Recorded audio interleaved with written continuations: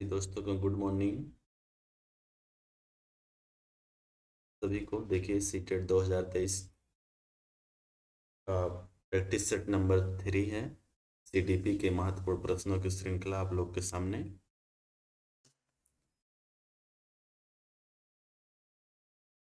Question है, देखिए पहला क्वेश्चन है। एक 13 वर्षीय बालक बात बात में अपने बड़ों से झगड़ा करने लगता है और हमेशा स्वयं को साबित करने की कोशिश करता है। वह विकास की कौन सी अवस्था है, बताएं। किशोरावस्था है, प्रारंभिक बाल्यावस्था है, युवावस्था है या बाल्यावस्था है। ठीक है, आपका क्या आंसर होगा भाई। आप पढ़े हैं विशेषताएं, आप अवस्थाएं पढ़े हैं, दो पहली अवस्था, दूसरी अवस्था, तीसरी अवस्था, चौथी अवस्था। तो पहली अवस्था आप पढ़े हैं क्या, आपको याद होगा। पहली अवस्था पढ़े हैं शैशवावस्था, है ना। पहली पढ़े हैं शैशवावस्था, जो जन्म से लेकर के 2 वर्ष तक। ठीक है, जन्म से 2 वर्ष आप पढ़े हैं। दूसरा पढ़े हैं पूर्व बाल्यकाल, पूर्व बाल्यकाल या पूर्व बाल्यावस्था पढ़े हैं ना। पूर्व बाल्यावस्था ये कब से कब तक, ये पढ़े हैं 2 से 6 वर्ष तक। ठीक है, आप पढ़े हैं 2 से 6 वर्ष तक। इसके बाद पढ़े हैं क्या, उत्तर बाल्यकाल। आप पढ़े हैं उत्तर बाल्यकाल, उत्तर बाल्यकाल या उत्तर बाल्यावस्था पढ़े हैं। उत्तर बाल्यावस्था ये पढ़े हैं 6 से 12 वर्ष। इसके बाद आप पढ़े हैं क्या, इसके बाद आप पढ़े हैं किशोरावस्था। आप पढ़े हैं किशोरावस्था, और किशोरावस्था होता है कब, 12 से 18 वर्ष तक। ठीक है, 18 वर्ष तक।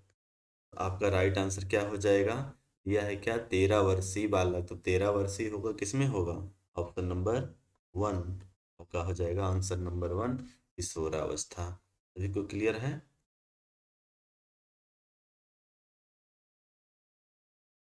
तो देखिए, किस प्रकार से एक अध्यापिका बच्चों को बेहतर समस्या समाधानकर्ता बनाने में सहायता कर सकती है। ऑप्शन 1 है कि बच्चों को विविध प्रकार की समस्याओं का समाधान करने के मौके देना तथा उनका हल करते समय सहयोग देना। ऑप्शन बी है, समस्याओं का समाधान करने के लिए वस्तु रूप में पुरस्कार देना। और 3 है कि बच्चों को पाठ्य पुस्तक में समस्याओं का उत्तर देखने के लिए प्रोत्साहित करना। और डी है, विद्यार्थियों के सामने प्रस्तुत सभी समस्याओं के सही समाधान उपलब्ध कराना। तो आपका राइट आंसर क्या हो जाएगा, क्योंकि बेहतर समस्या समाधान करता मतलब सबसे अच्छे से समस्या का समाधान करने योग्य बालक हो जाए, तो उसके लिए क्या करें, विविध प्रकार के समस्याओं का समाधान करने का मौका दें। इस प्रश्न का राइट आंसर हो जाएगा 1। ठीक है, 1 इस प्रश्न का राइट आंसर है। क्वेश्चन नंबर 3 देखिए, मनोचित्रण का संदर्भ है। पहला ऑप्शन है, अर्थग्राह्यता को बढ़ाने की एक तकनीक है, जोखिम भरे कार्य करने के लिए कर्म योजना है, मन का चित्र खींचना है, मन के कार्य का अन्वेषण करना है।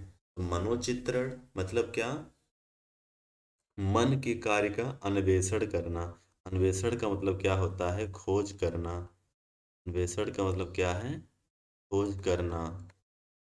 ठीक है, तो मन के कार्य का अन्वेषण करना क्या कहलाता है, मनोचित्रण कहलाता है। तो 3 का आंसर हो जाएगा आपका राइट, डी।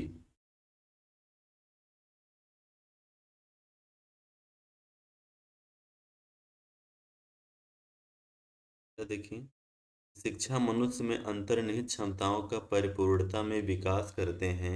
यह कथन किसका है, स्वामी विवेकानंद का, स्किनर का, पेस्टोलॉजी का, रविन्द्रनाथ टैगोर का। ठीक है, इस प्रश्न का राइट आंसर बताएं कि शिक्षा मनुष्य में अंतर्निहित क्षमता का परिपूर्णता में विकास करते हैं, यह कथन किसका है, स्वामी विवेकानंद, स्किनर, पेस्टोलॉजी, रविन्द्रनाथ टैगोर। आप सभी को याद होगा यह कथन किसका है? स्वामी विवेकानंद का। ठीक है, कथन किसका है? स्वामी विवेकानंद का। देखिए, मनुष्य जीवन का आरंभ मूलतः घटित होता है दो कोष, केवल एक कोष, कई कोष, कोई कोष नहीं। मनुष्य के जीवन का जो आरंभ है मूलतः घटित होता है, क्या हो जाएगा? केवल एक कोष। Option number B is the right answer.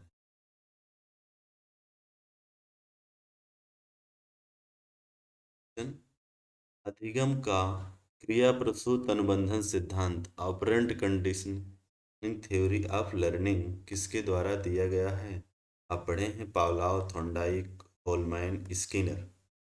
ठीक है, सिक्स का राइट आंसर। क्रिया प्रसूत अनुबंधन किसने दिया है? इसी का दूसरा नाम क्या है? सक्रिय सक्रिय अनुबंधन। इसी का क्या नाम है? सक्रिय अनुबंधन सिद्धांत, क्रिया प्रसूत अनुबंधन सिद्धांत। अब और पढ़े होंगे यस आर थ्योरी। ठीक है,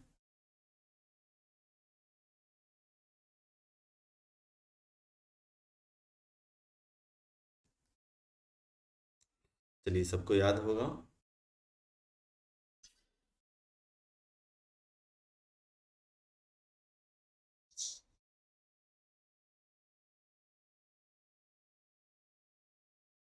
चलिए आगे चलते हैं। किसने दिया है? स्किनर ने। तो इसका राइट आंसर डी हो जाएगा। शिक्षक को शिक्षक को ज्ञान का होना अध्यापन का विषय है, बाल मनोविज्ञान का। शिक्षा संहिता का अध्यापन विषय है बाल मनोविज्ञान का। तो शिक्षक को ज्ञान होना चाहिए किसका? बताएं।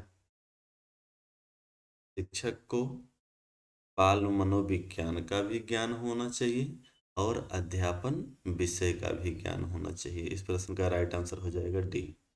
ठीक है, राइट आंसर क्या हो जाएगा? डी।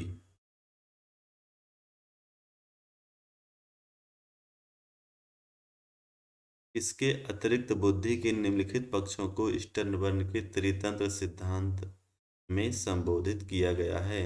संदर्भगत, अवयवभूत, सामाजिक, अनुभवइक।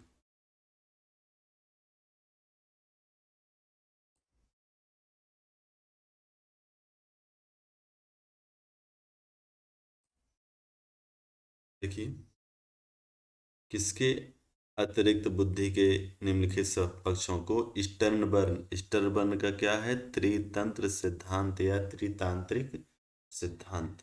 पहला दिया है संदर्भगत, दूसरा है अवयवभूत, तीसरा है सामाजिक, चौथा है अनुभविक।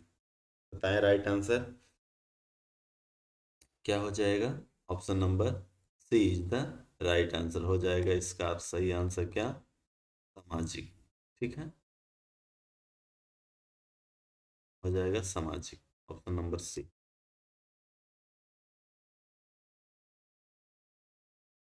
देखिए, क्वेश्चन नंबर 9। शिक्षा का अधिकार अधिनियम 2009 के क्रियान्वयन के बाद कक्षा कक्ष कैसा होगा? तो आप पढ़े हैं राइट टू एजुकेशन, RTE 2009, शिक्षा का अधिकार अधिनियम 2009। क्या ऑप्शन कह रहा है? अप्रभावित है क्योंकि शिक्षा का अधिकार विद्यालय में कक्षा की औसत आयु को प्रभावित नहीं करता है। भी है, लिंग के अनुसार समझाती है, लिंग के अनुसार अधिक समझाती है, आयु के अनुसार अधिक विषम जाती है। बताएं। सही कह रहे हैं कि क्या किया है शिक्षा का अधिकार अधिनियम कि लिंग के अनुसार अधिक समझाती है। ठीक है, ऑप्शन नंबर सी। अब पढ़े हैं कि इसने क्या किया है। इसमें इसमें बहुत सारे नियम हैं। 6 से 14 वर्ष के बच्चों को शिक्षा कैसे देना है? निःशुल्क। पढ़े हैं कि 6 से 14 वर्ष के जितने भी बच्चे होंगे सभी बच्चों के लिए शिक्षा निःशुल्क है। बहुत सारे संशोधन हैं इसमें, पढ़ेंगे इसको अच्छे से आगे।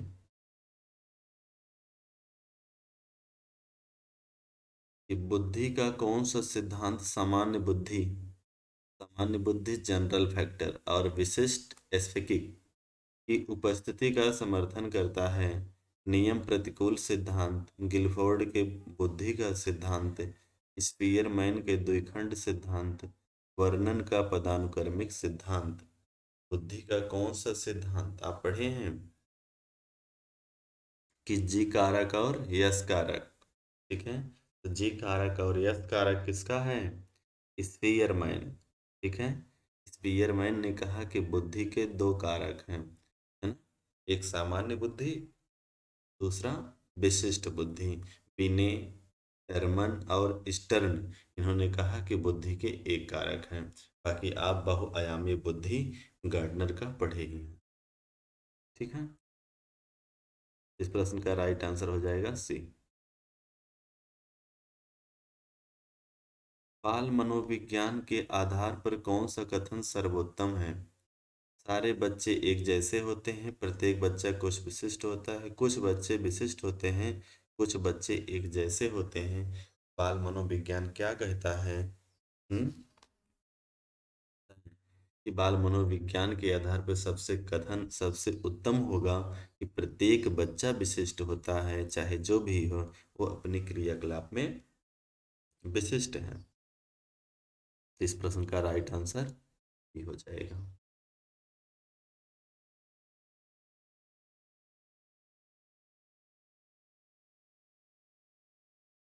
देखिए,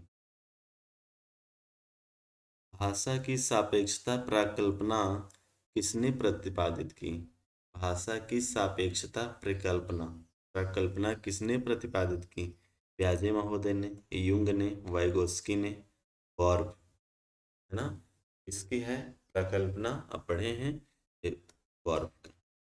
ऑप्शन नंबर डी।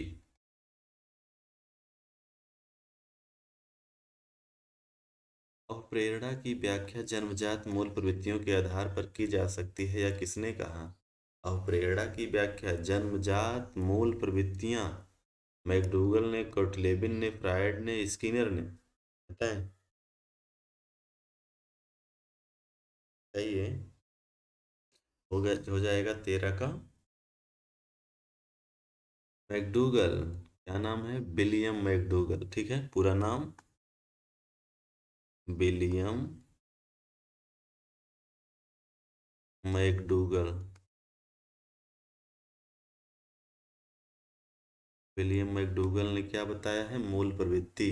इन्होंने कितना प्रकार? उन्होंने कहा मूल प्रवृत्तियां 14 प्रकार की होती हैं, जो सभी मनुष्यों में, सभी व्यक्तियों में पाई जाती है।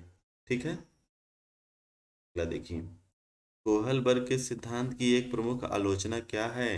कोहलबर्ग, देखिए ऑप्शन नंबर वन, कोहलबर्ग ने बिना किसी अनुभूति मूलक आधार के सिद्धांत प्रस्तुत किया है। बी, कोहलबर्ग ने नैतिक विकास की स्पष्ट अवस्थाओं का उल्लेख नहीं किया है। कोहलबर्ग ने प्रस्ताव दिया कि नैतिक तार्किकता विकासात्मक है। डी, कोहलबर्ग ने पुरुषों एवं महिलाओं की नैतिक तार्किकता में सांस्कृतिक विभिन्नताओं को महत्व नहीं दिया है। ठीक है, तो कोहलबर्ग एक ऐसा मनोवैज्ञानिक था जिसने अपने सिद्धांत में किसको शामिल नहीं किया? महिलाओं को। ठीक है, कोहलबर्ग ने अपने सिद्धांत में महिलाओं की कोई भूमिका नहीं दी है। तो क्या कह रहे हैं? कोहलबर्ग ने पुरुषों एवं महिलाओं की नैतिक तार्किकता में सांस्कृतिक भिन्नताओं को नहीं दिया। किसको? महिलाओं को। तो इस प्रश्न का राइट आंसर क्या हो जाएगा? डी। ठीक है, क्योंकि जो कोहलबर्ग था ये पुरुष पुरुष प्रधान व्यक्ति था, केवल पुरुष को महत्व दिया है, इसके सिद्धांत पे सिर्फ बच्चे थे, है ना?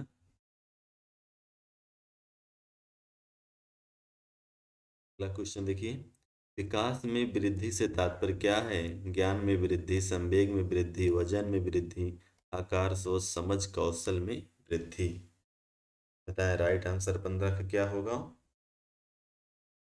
हो जाएगा आकार में, सोच में, समझ, कौशल में वृद्धि। ऑप्शन नंबर,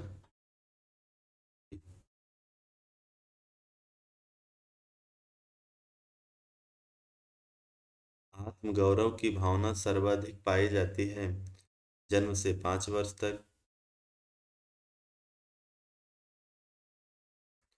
20 से 40 वर्ष तक, 6 से 12 वर्ष, 13 से 19 वर्ष।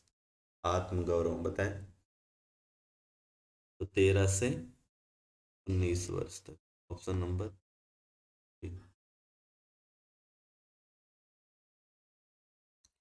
निम्न में से किस स्तर के बच्चे अपने समकक्षी वर्ग के सक्रिय सदस्य बन जाते हैं? किशोरावस्था, वयस्कावस्था, प्राक बाल्यावस्था और बाल्यावस्था। बताइए क्या हो जाएगा 17 का? समकक्षी वर्ग के सक्रिय सदस्य तो हो जाते हैं बाल्यावस्था में। तो नंबर डी राइट आंसर है।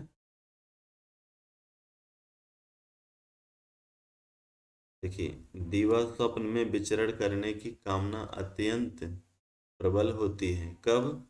दीवा स्वप्न में विचरण करने की कामना अत्यंत प्रबल होती है। शैशवावस्था, गर्भावस्था, बाल्यावस्था, किशोरावस्था। बताएं। दीवा स्वप्न मतलब राइट आंसर हो जाएगा डी। दीवा स्वप्न में विचरण करने की कामना सबसे प्रबल होती है किशोरावस्था। आगे देखिए अगला क्वेश्चन। बच्चे की बुद्धि लब्धि 90 से 110 के मध्य है, वह सामान्य बुद्धि, प्रखर बुद्धि, उत्कृष्ट बुद्धि, प्रतिभाशाली बुद्धि। ठीक है, बताइए 19 का क्या हो जाएगा? ए हो जाएगा सामान्य बुद्धि। 90 से 110 क्या होता है? सामान्य बुद्धि। आप पढ़ेंगे बुद्धि का संभाव्यता वक्र, उसमें पूरा स्पष्ट हो जाएगा। अगला क्वेश्चन देखिए। गिलफोर्ड ने अविचारी चिंतन पद का प्रयोग किससे समान अर्थ में किया जाता है? बुद्धि में, सृजनात्मकता में, बुद्धि एवं सृजनात्मकता, इनमें से कोई नहीं। ठीक है, ऑप्शन नंबर बताएं 20 का। अब सारी चिंतन क्या है? सृजनात्मकता। इसी का दूसरा नाम क्या है? बहुविध। आप पढ़े हैं बहुविध, बहुविध चिंतन है ना? बहुविध चिंतन, लिटरल चिंतन, पार्श्विक चिंतन है ना? पार्श्विक, एक मिनट, पार्श्विक